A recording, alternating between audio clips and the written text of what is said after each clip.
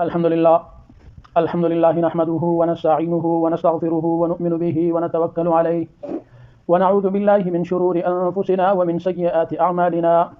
أما بعد فأعوذ بالله من الشيطان الرجيم. قال النبي صلى الله عليه وسلم: الصلاة عماد الدين، من أقامها فقد أقام الدين ومن هدمها فقد هدم الدين. صدق الله العظيم. او دریم که نارینه وي که زنانه وي د هغې بدن به پټ دې ته موږ تاسو ستر عورت وایو.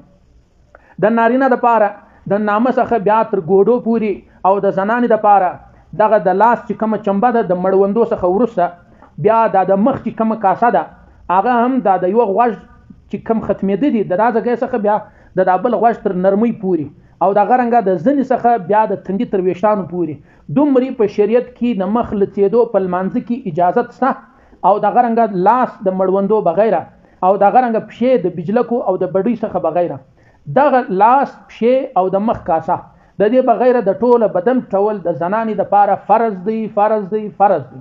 ته خدا نه خواسته د یو زنانې لستوڼي کوچني یا غاړه کوچني جوړه کړي د دې مزغه ښکاره کېږي غاړه ښکاره کېږي یا یې سر ښکاره کېږي یا یې کپړې یا پړونې دومرې نری چې هغه پر سر واچوي پر بدن یې واچوي بیا هم بدن ښکاره کېږي د دغه زنانې لمونځ نه کېږي. بالکل په دې کپړو کې لمونځ نه دی صحیح.